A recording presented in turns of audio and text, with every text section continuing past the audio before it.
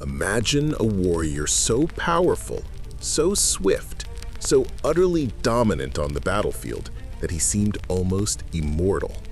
Swords shattered against his skin, spears glanced off his chest, and fear itself fled before his charge. This was Achilles, the greatest hero of the Trojan War, a demigod whose very name struck terror into the hearts of his enemies. But even for Achilles, legend tells of a single, tiny flaw, a vulnerability that would ultimately lead to his downfall. It's a tale that has echoed through millennia, giving us one of our most enduring idioms, the Achilles Heel. How could such an invincible force possess such a fatal vulnerability? Was it a curse, a forgotten ritual, or a deliberate act of the gods? Welcome, myth seekers. Today, we're diving deep into the heart of Greek mythology to unravel the true story behind this legendary weakness. We'll trace the myth from its earliest mentions to its modern-day impact, uncovering the fascinating evolution of a legend. Was Achilles truly invulnerable everywhere but his heel? Or is this a detail added much later, shaping our understanding of this epic hero? Get ready to seek the truth behind one of the most enduring myths of all time. Chapter 1. Born of Gods, Touched by Fate. Achilles' Origins. The Divine Union and Ominous Prophecies. Our story begins not with war, but with a wedding, a magnificent celebration between the mortal king Peleus and the immortal sea goddess Thetis.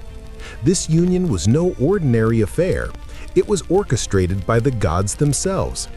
Both Zeus and Poseidon, the most powerful gods on Olympus, had once desired Thetis.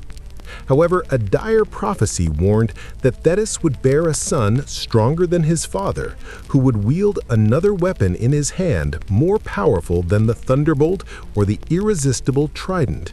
This ominous prediction, delivered by Themis or Prometheus, revealed a deep-seated anxiety within the Olympian pantheon about the cyclical nature of power and rebellion, echoing Zeus's own overthrow of his father Cronos.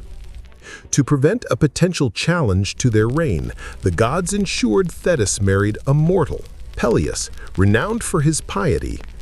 This fundamental causal link, dictated by divine decree, even before Achilles' birth, determined his mortality and the very nature of his heroism, a life destined for glory, but also for death.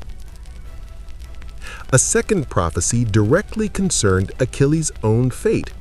He was destined to either live a long, uneventful life in obscurity or achieve immense glory and die young in battle.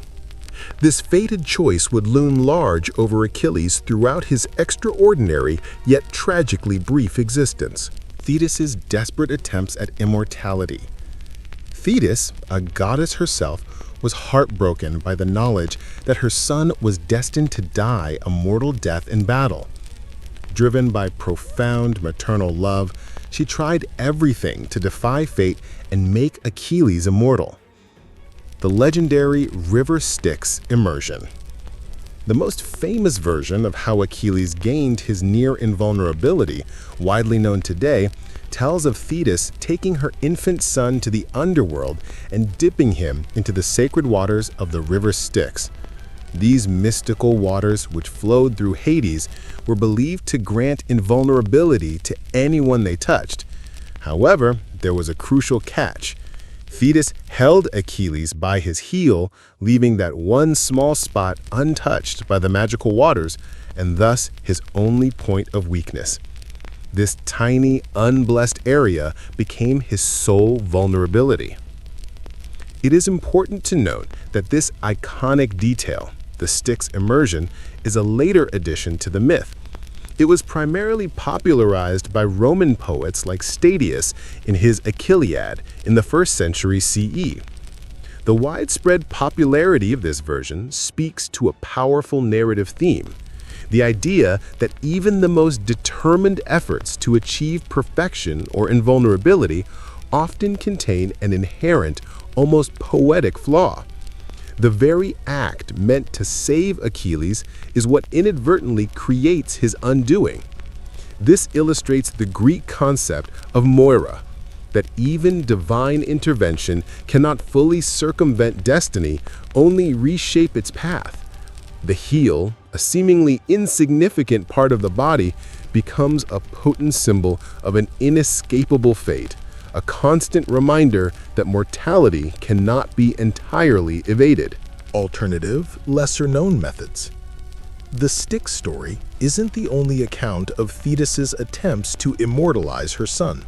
Earlier and alternative myths describe her employing far more drastic and unsettling methods.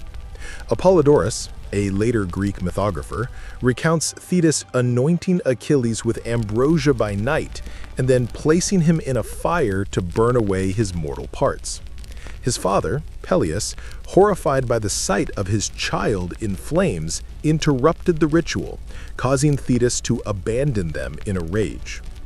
Even more chillingly, some accounts, like the Agemios, suggest Achilles was the seventh child Thetis attempted to immortalize, with the previous six perishing in a boiling cauldron. These variations highlight Thetis's desperate, almost ruthless maternal love and her divine nature, which often clashed with mortal understanding. The existence of these multiple, often darker versions reveals a fascinating evolution in how Thetis's character was perceived. The Styx version portrays her as a loving, if misguided, mother. The fire and boiling cauldron versions, however, paint her as more severe, perhaps even cruel, willing to sacrifice children for immortality. This suggests that early Greek myths were not monolithic, they were fluid, reflecting different cultural anxieties or interpretations of divine power and maternal love. The Achilles Heel myth, by simplifying her actions to a single, accidental oversight, makes Thetis a more sympathetic figure, and the flaw more poignant, perhaps indicating a later desire to soften the harshness of earlier mythological traditions for a broader audience. In one version, where Peleus pulls Achilles from the fire, his heel is burnt. Peleus then replaces the burnt bone with the ankle bone of Damesis, the fastest of the giants, making it his vulnerable point. Regardless of how his vulnerability came to be, young Achilles was placed under the tutelage of the wise centaur Chiron, a legendary teacher of heroes. Chiron trained him not only in warfare, hunting, and horsemanship, but also in healing, music, and playing the lyre, fostering a unique blend of warrior strength and gentle sensitivity. This balanced upbringing was intended to shape him into a complete hero. As Achilles grew, prophecies continued to loom. Calchas, the seer, foretold that the Trojan War could not be won without Achilles. Thetis, knowing her son was fated to die if he fought in Troy, made one last desperate attempt to save him. She disguised him as a girl, naming him Pyra, meaning the blonde one, due to his fiery blonde hair, and sent him to live among the maidens at the court of King Lycomedes on the island of Skyros. But the Greeks desperately needed their greatest warrior. Odysseus, a master of cunning, discovered Achilles' hiding place. In a clever trick, he presented a tray of goods to the maidens, including jewelry, women's clothes, and crucially, a sword and shield. When a war cry was sounded, Achilles instinctively grabbed the weapons, revealing his true identity and his innate warrior spirit. Fate, it seemed, could not be outrun. Despite Thetis's repeated, desperate attempts to alter Achilles' destiny, from making him immortal to hiding him from war, all her efforts ultimately failed. This reinforces a core theme in Greek mythology: the overwhelming power of fate, Moira, which even gods cannot fully defy. Achilles' story becomes a poignant illustration of free will versus destiny. While he makes choices, like choosing a short, glorious life, these choices often align with or are guided by preordained prophecies. The Achilles heel isn't just a physical flaw, it's a symbolic manifestation of this inescapable destiny, a mark of his mortality that no divine mother could ever erase. Chapter 2: The Fury of the Myrmidon. Achilles in the Trojan War. The spark of conflict. A goddess's apple and a stolen queen. The stage was set for the greatest war of the ancient world. It began with a chain of events set in motion by the gods themselves. It started with the wedding of Peleus and Thetis, where Eris, the goddess of discord, threw a golden apple inscribed "For the fairest."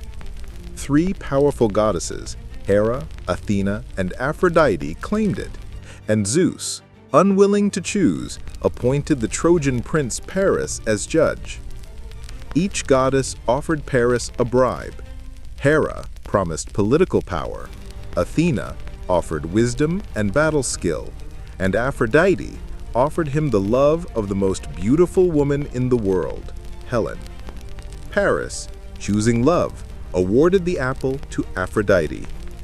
Aphrodite fulfilled her promise, causing Helen, the queen of Sparta and wife of King Menelaus, to fall in love with Paris and flee with him to Troy. This abduction, or elopement, ignited the wrath of Menelaus, who called upon all the Greek kings and princes to reclaim his wife and honor, thus launching the decade-long Trojan War.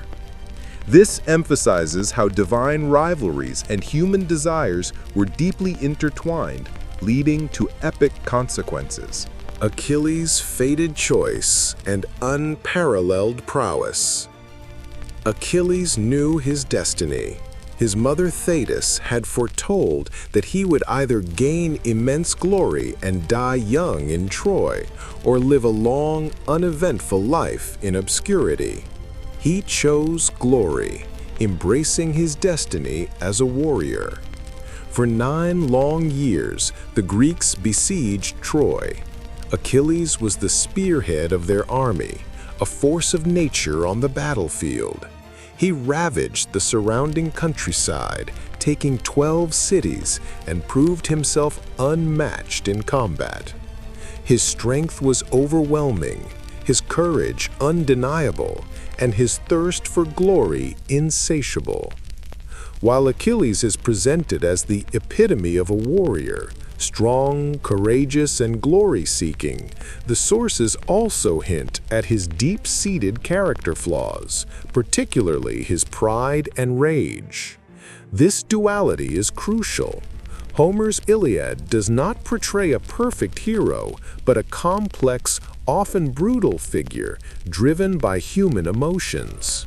The choice for glory, while heroic, also aligns with his pride, setting him on a path that will inevitably lead to his prophesied death. This complexity makes him a more compelling and realistic character, even within a mythological framework, and foreshadows how his own character will contribute to his ultimate downfall. The quarrel with Agamemnon and Achilles' withdrawal. In the 10th year of the war, a devastating quarrel erupted between Achilles and Agamemnon, the leader of the Greek forces, as recounted in Homer's Iliad. Agamemnon had taken Chryseis, a priest's daughter, as a war prize. When her father offered a ransom, Agamemnon refused and mocked his pleas, angering Apollo, who sent a plague upon the Greek camp. Forced to return Chryseis, a furious Agamemnon retaliated by seizing Briseis, Achilles' own prize of honor. Achilles, his honor deeply wounded, erupted in a fit of rage. He declared he would no longer fight for the Greeks and withdrew his formidable Myrmidon warriors from battle. This withdrawal had devastating consequences. Without Achilles, the tide of the war turned dramatically, and the Greeks suffered heavy losses, pushed back to their ships. The quarrel with Agamemnon is not just a plot point, it's a profound exploration of the concept of time, honor, and hubris, excessive pride, in ancient Greek society. Achilles' withdrawal, despite the dire consequences for his comrades, underscores how personal honor could supersede collective good. This act of rage, fueled by a perceived slight, became a major causal factor in the escalating conflict and the subsequent tragedies, particularly Patroclus' death. It demonstrates that even the greatest warrior's Achilles heel might not be a physical flaw, but a deep-seated character trait. With Achilles out of the fight, the Greeks suffered terribly. Desperate, Achilles' closest companion, Patroclus, begged to enter the fray, hoping to rally the Greeks by wearing Achilles' distinctive armor. Achilles reluctantly agreed, but warned Patroclus not to pursue the Trojans too far. The plan initially worked, and Patroclus successfully pushed back the Trojans. However, emboldened by his success, he pushed too far and was ultimately killed by the mighty Trojan prince Hector, who mistook him for Achilles, with the aid of Apollo. The news of Patroclus' death shattered Achilles.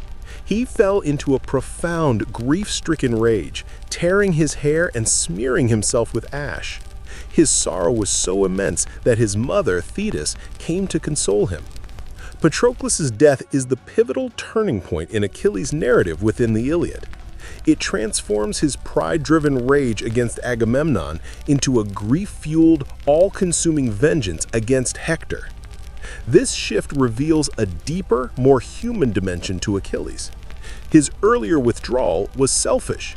His return is driven by profound loss. This causal link demonstrates how personal relationships and emotional bonds can be a hero's greatest strength, and, paradoxically, his greatest vulnerability, leading him back to the very war his mother tried to protect him from. It's a powerful statement on the cost of war and the nature of love and loss.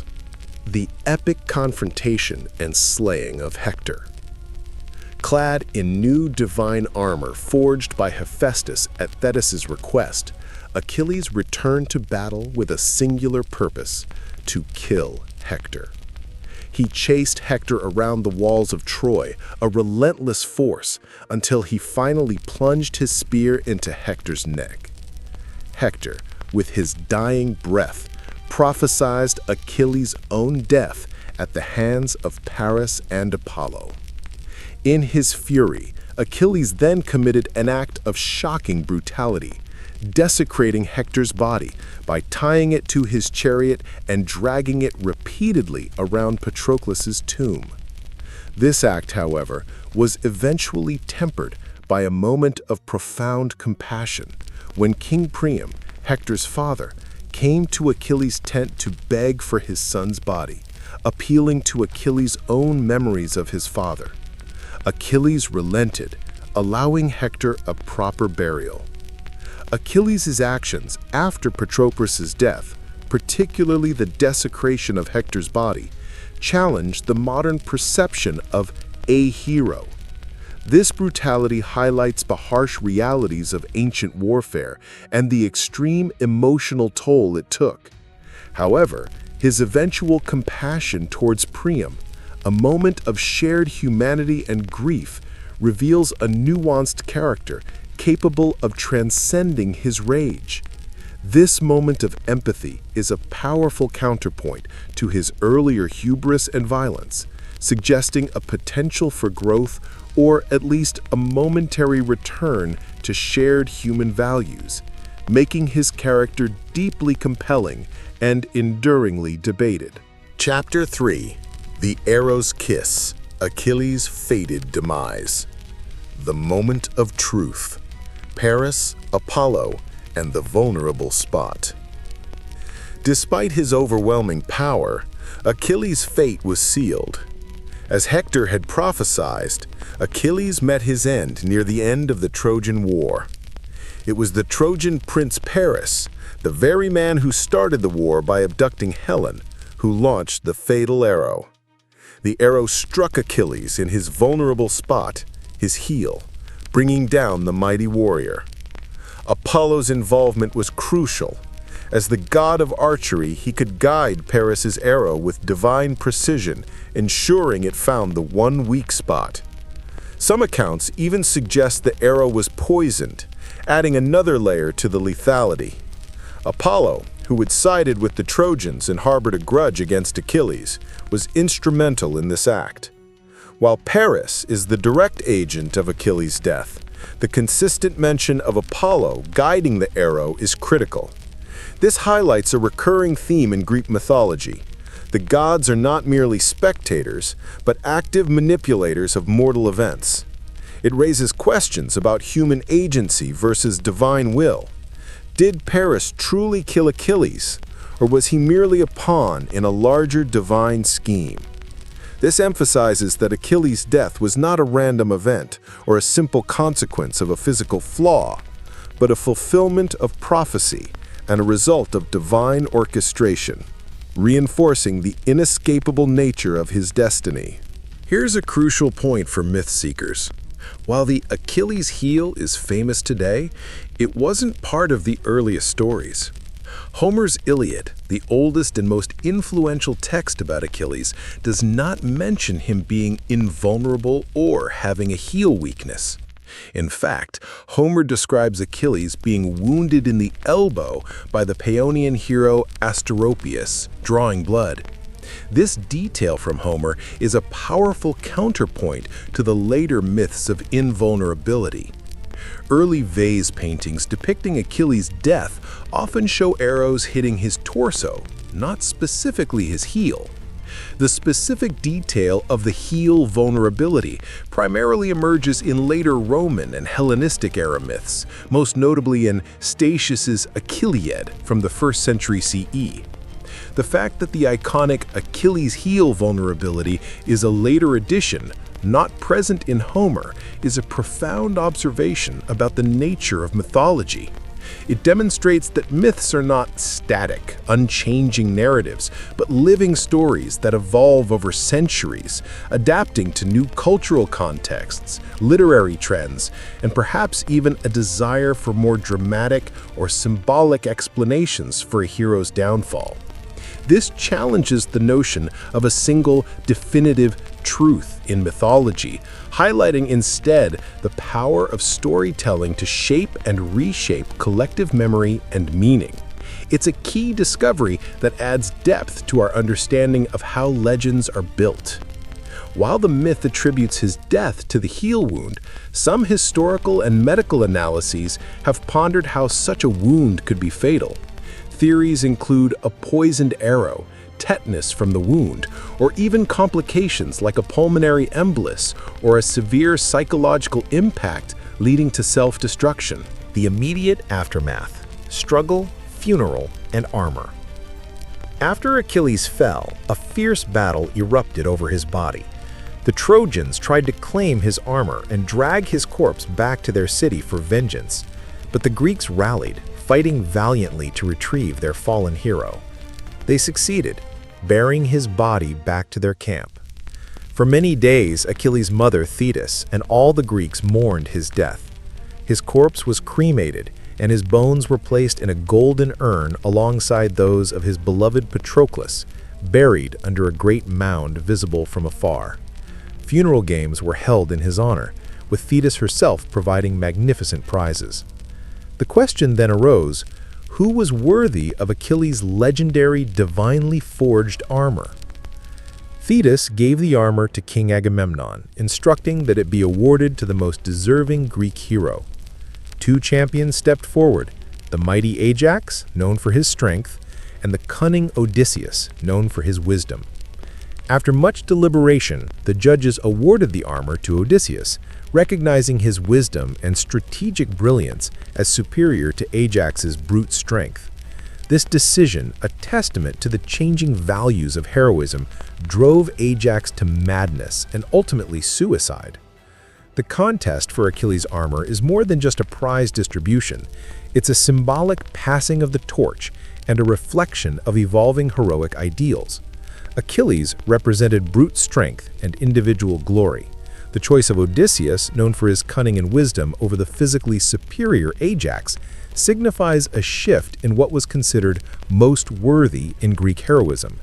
It suggests that intellectual prowess and strategic thinking were becoming as valued, if not more so, than sheer physical might, foreshadowing the eventual Greek victory through the Trojan horse, a feat of cunning. Chapter 4. The myth evolves. From ancient epics to enduring lore. From oral traditions to written masterpieces. The story of Achilles is a prime example of how Greek myths were constantly shifting and evolving over time, adapting to new storytellers, cultural contexts, and literary forms. Greek mythology originated in a rich oral tradition passed down through generations of singers and storytellers, likely dating back to the Mycenaean civilization, 13th to 12th centuries BCE. This oral nature meant myths were fluid, adaptable, and often had regional variations. The most famous written accounts, Homer's Iliad and Odyssey, were composed around the 8th century BCE, capturing a snapshot of these oral traditions. While foundational, they don't tell the entire story of the Trojan War or Achilles' life. Other epic poems, now mostly lost and known as the epic cycle, like the Cypria, Aethiopus, Little Iliad, filled in the gaps, covering events before, during, and after the Iliad scope. The evolution of Achilles' myth, from oral tradition to various written texts, Homer, Statius, Apollodorus, epic cycle fragments, reveals that ancient Greek mythology was not a fixed canon, but a dynamic, evolving narrative. Different authors and periods emphasized different aspects, added new details, or even contradicted earlier versions. This suggests that myths served various purposes: entertainment, moral instruction, cultural identity, and were continually reinterpreted and reshaped by successive generations of storytellers. The Achilles Heel is a prime example of this ongoing creative process, highlighting how a compelling detail can gain prominence over time, even if not present in the earliest accounts. Homer's Achilles versus later interpretations, the heel's emergence. This brings us back to the Achilles heel itself. As has been explored, Homer's Iliad, while detailing Achilles' rage, his withdrawal, and his ultimate vengeance, makes no mention of him being invulnerable or having a weak heel. In fact, Homer portrays him as a powerful but still mortal warrior who could be wounded. The concept of Achilles' invulnerability, save for his heel, became widely known through later Roman authors. Statius's Achillead, 1st century CE, is often cited as the earliest surviving full account of Thetis dipping Achilles in the Styx by his heel. Apollodorus also presents this version.